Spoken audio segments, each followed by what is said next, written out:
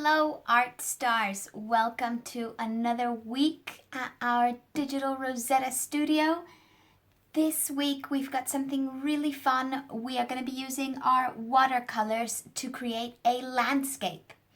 And it's the first part of a two-part lesson. So next week with Veronica, you're going to be working on a completely different style of landscapes. But for this week, I have an artist of inspiration for you, and I've again put a little PDF together with some inspirational images of his work, and his name is David Hockney. And if you haven't heard that name before, please go ahead and look at his work. He's a British painter, and I hesitate to say painter because he works with photography and computers and really experiments with all types of media.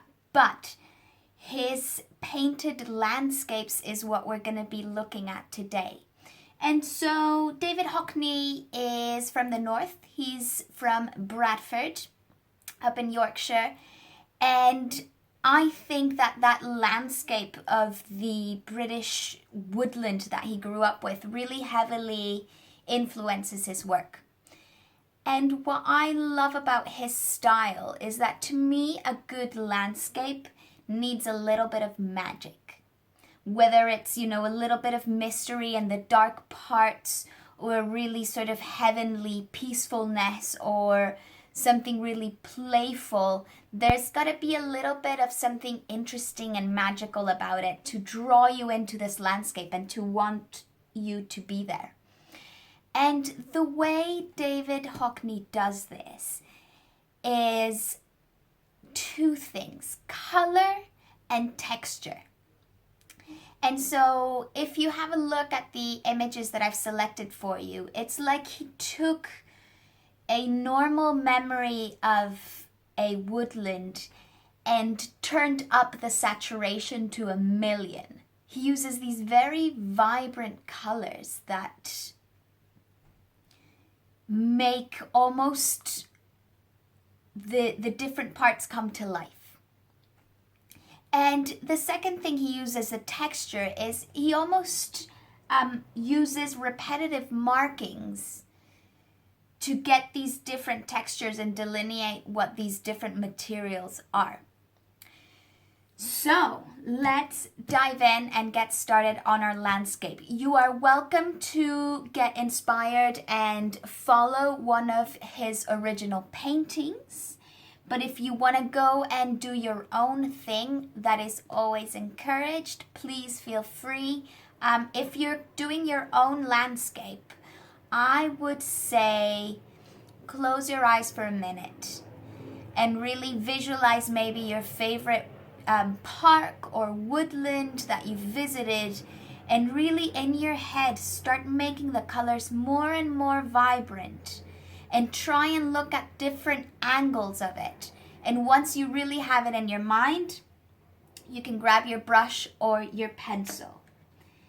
And so to begin, you can either grab your pencil and create some of the outlines of what your shape is going to be, or you can do as I'm going to do and go in directly with your brush.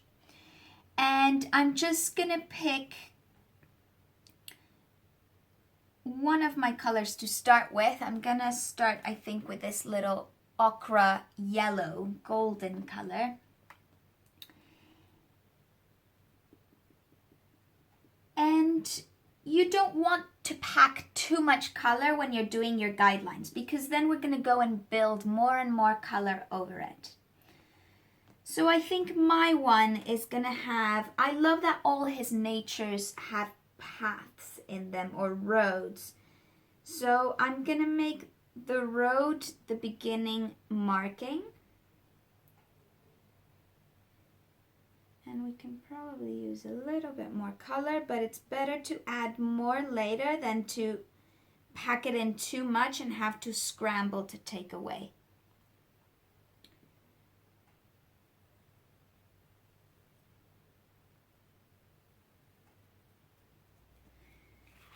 So I have very, very faintly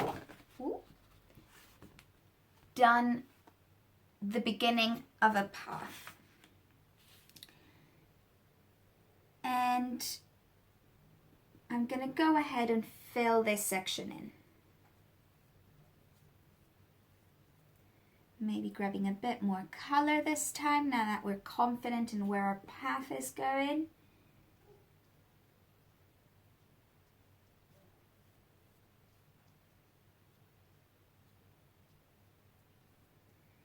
And if it's a little bit splodgy, don't worry, because if you look at his work, that's part of what creates the texture. It's all these different strokes and lines and halfway filled spaces.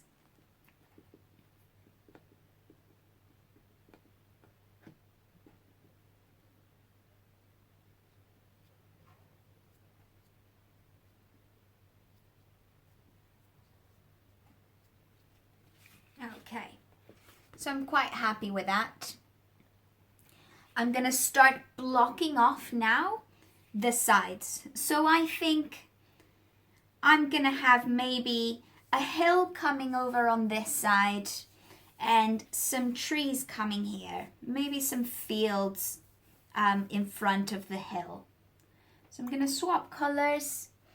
I just use a jar with water. Make sure you've got a cup. What I like about reusing jars is that they're quite heavy. Whereas if you've got a small cup, you might spill it over with your hand. These are a bit sturdier. So that's just a little trick. And you're recycling, so you're helping the planet a little bit. So let's see, I'm going to go with a very dark green for my mountain.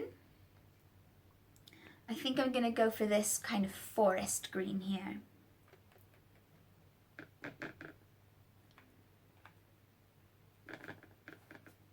And I'm going to start very faint with the outline.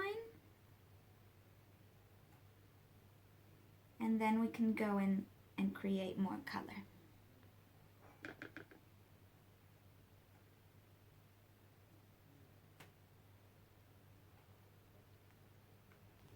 Grab a little bit more.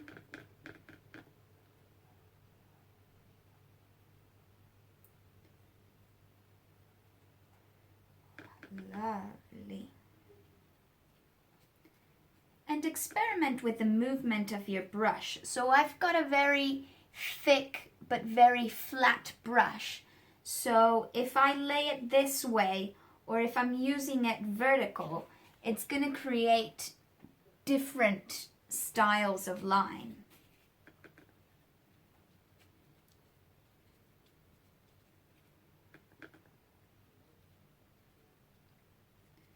You can always grab yourself a piece of scrap paper or a different page in your notebook where you can just test out different movements and marks and colors if you're not sure about the color you're mixing before you're putting it on your painting.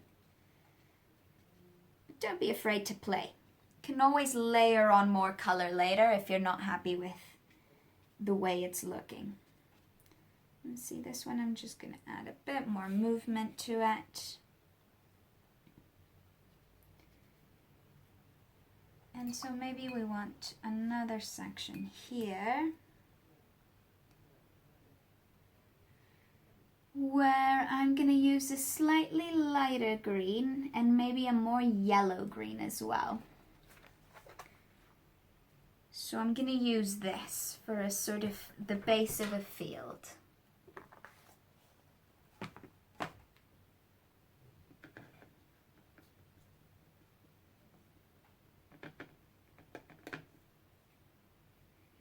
And I want you to try and fill up your entire page. What I love about David Hockney is that he works in these massive scales, and it's sometimes, you've got 30, 40 canvases that make up a bigger painting, and he paints a smaller part of a bigger painting in each of his canvases.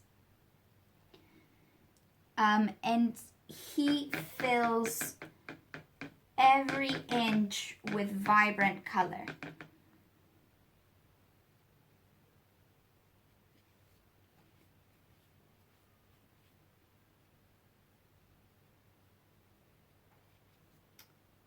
Lovely.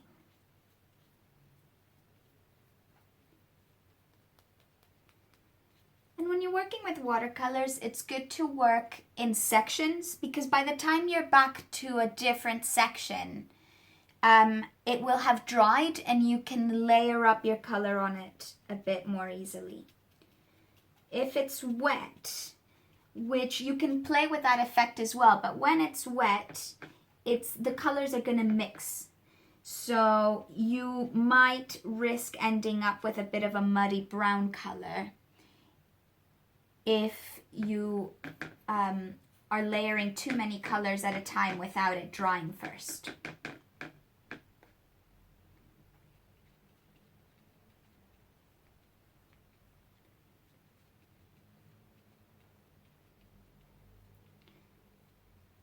And the more water you add, the more transparent your color is going to be. So if you want something a bit more punchy and a bit more solid looking, just pack some more color into your brush. But I love starting slowly because I always think it's easier to add. Okay. Lovely. So now we've got our mountain, our field where we're going to add in more detail, our path wandering through to the trees. Going to add a bit more to this mountain here.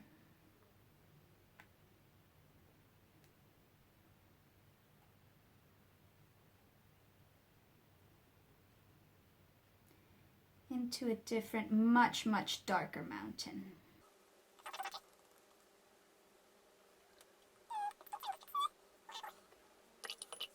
And the gap between my two mountains, I'm going to fill with a bit of vibrant sky color.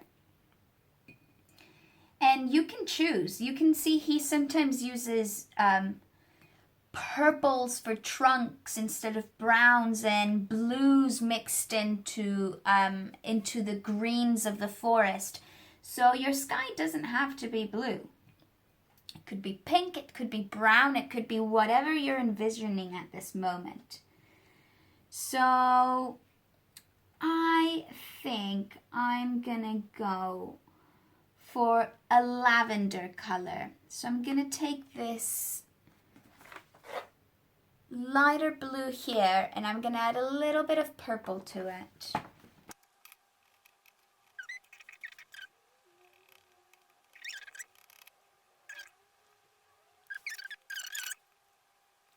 And this lavender color has always given me the impression of it's spilling in, of a bit of a stormy day, which the UK gets a lot of. So why not? Let's make our day stormy and broody.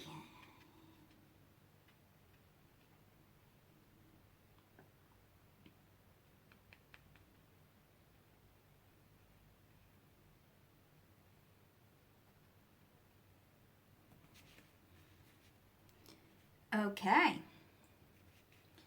Now that we've got this side all blocked off, and you can see I've put a base color in every section here to make sure that my whole page gets filled out. We're going to mark out some tree trunks now on this side. And let's go ahead. I might use a nice deep red for this. Why not?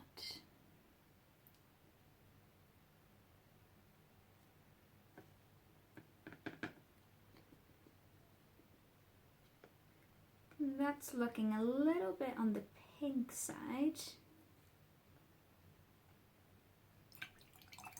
I think because I still have a bit of lavender on my brush. Always make sure you are rinsing thoroughly. And let's grab slightly more orange one to mix in there.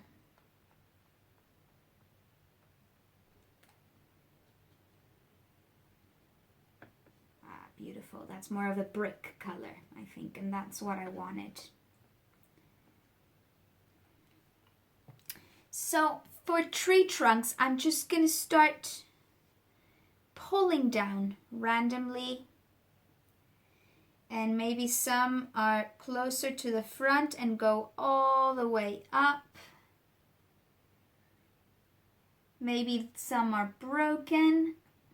Maybe some are very far away and you just see the beginning of the lines.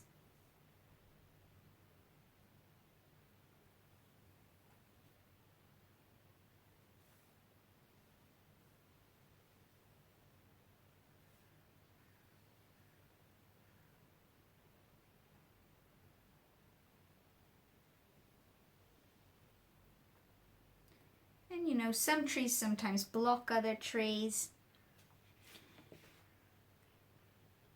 So there you go. That's the beginning of our forest. And now I'm going to start filling out my branches. So I'm going to grab my green again. And we are out of this darker one. Let's grab some more.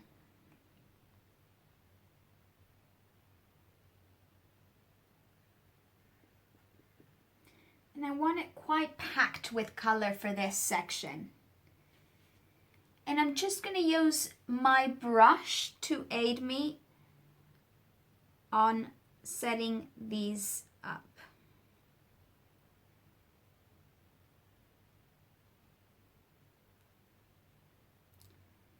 Just on the sides of each branch. Maybe some go bigger.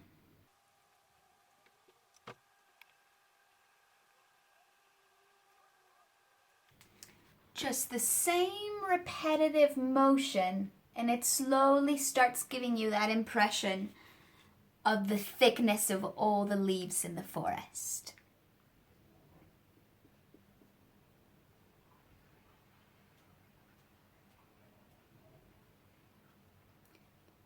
And as the trunks of your trees start finishing, make sure you're just doing bigger splotches on this side where the closest trunks are. So the further away, the smaller your dots are gonna get. And so up top you want a mixture because you've got them all kind of overlapping each other.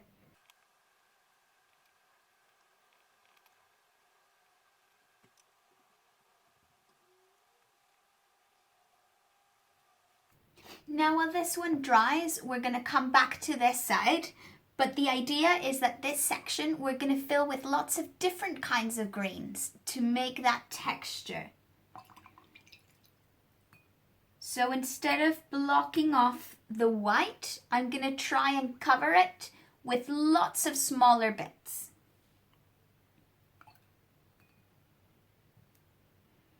Let's go back to our field. And I'm going to take the same red as my tree trunks. And I'm going to make some lines here for the fields.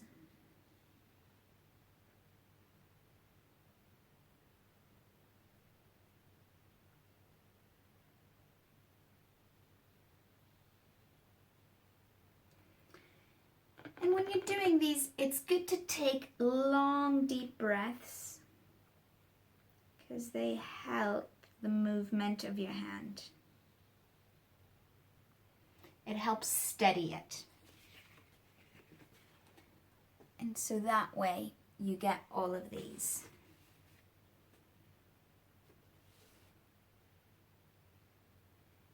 Nice and as even as you can.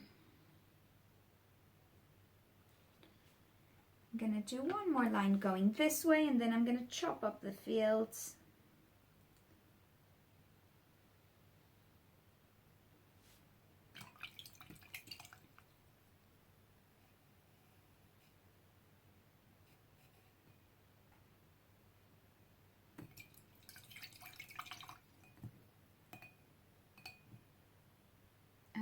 Okay.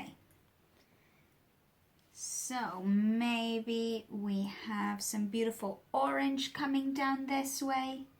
Maybe it's a field of flowers.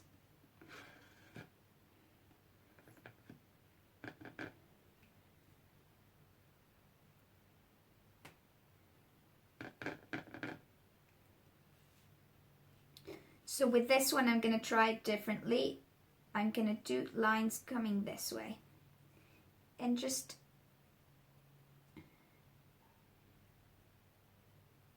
jerk them a little bit.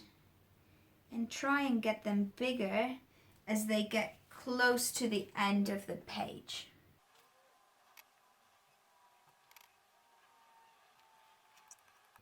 And I think I want to introduce another color in this little gap that we've got here. So I'm going to go ahead and grab some blue, I think. That's what this picture's missing. I'm going to grab a phthalo blue here. It's quite green for a blue, or a bit more turquoise. In the teal family. So I think I'm just going to do lots of dots, like mark making, like really long dots.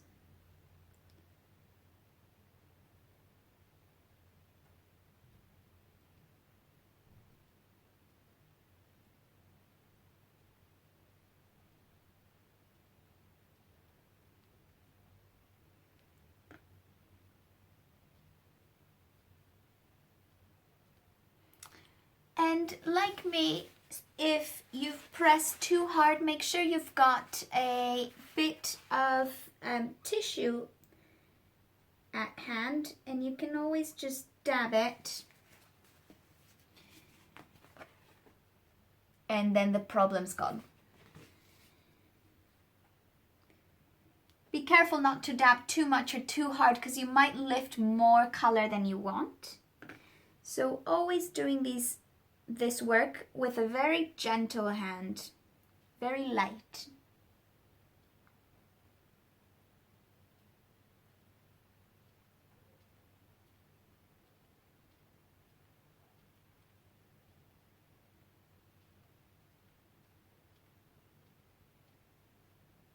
Okay.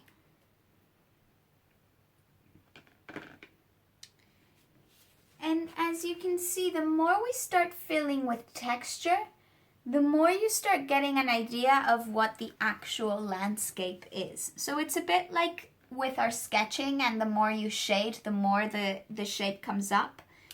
Okay, so next we're gonna move back into our sky and mountain part. So first of all, I think I just want to make that lavender sky a lot stronger. So this is gonna get layered a little bit more. We'll see if maybe I need to pack in a bit more color into my mixture here. It could be possible.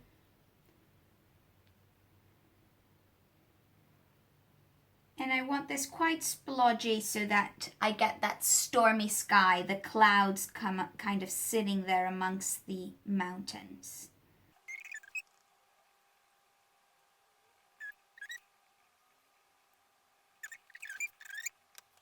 And here we are. That's much closer to where I wanted to go. And so now I'm going to switch over to my thin pencil brush. If you've got different thicknesses, then, please go ahead and use it. It's always nice to have one that's very small for very detailed bits and one that's big to cover big areas. So if you must have only 2 brushes, it's best to go with the different extremes. So let's grab some orange again, I think. Let's get this color. And I'm just gonna do almost little V shapes. And when you're working with these, try not to put your hand down because it might be wet still. then you might get a little handprint on there.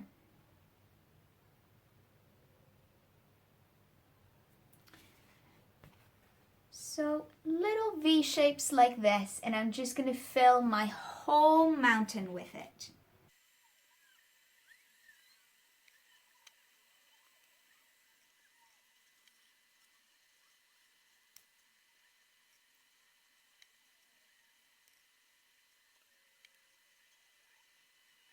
And there we go. We've got a mountain full of little orange grasses. Now we've got left our path and our trees. So I'm going to go back to my thick brush, give that one a bit of a rinse. And I might take that same orange that I've just used on the mountain and do some streaks on my path.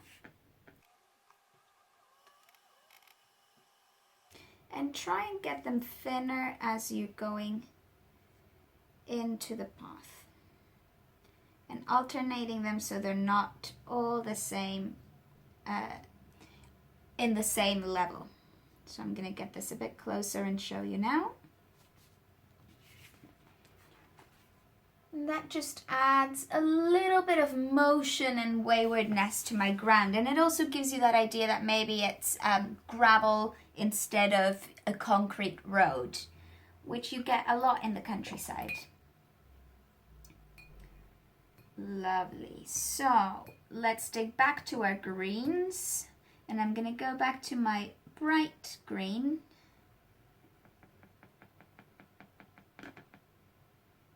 And again, start smudging on this side now that it's nice and dry.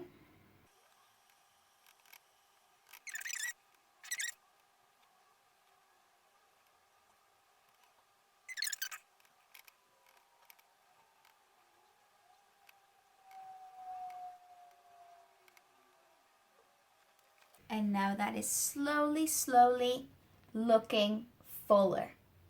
I want to go in with 1/3 color in those, but while that green dries, I'm going to go ahead and treat this little area here of the ground where my trees end.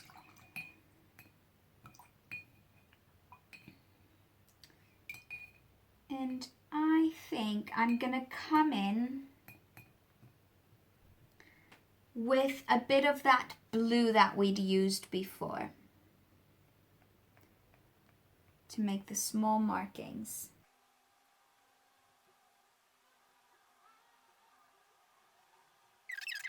And then I'm going to come in with an even darker blue texturing. I think I'm going to use my small brush for this. So I'm going to go ahead and grab my super dark navy. Let's see how navy this is. It's more like a royal blue maybe. And just finding a new texture, a new movement. I'm doing little half circles on this section. So, oops, you can go back and forth. Let me get rid of that bit. And if I get a bit closer and show you, because it's wet still, you can see what I was talking about, the colors mixing in more. And it's really fun to play with that limit of when the paper is wet or dry and how you get those different effects from it.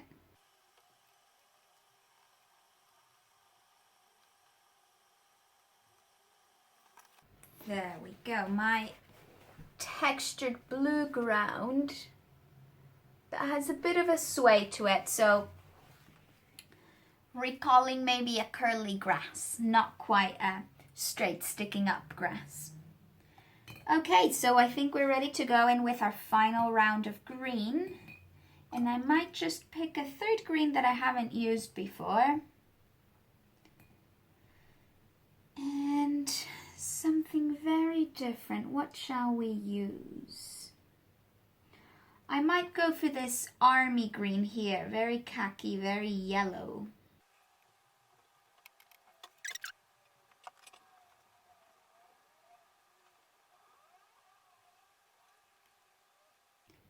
and getting bigger again as we get lower.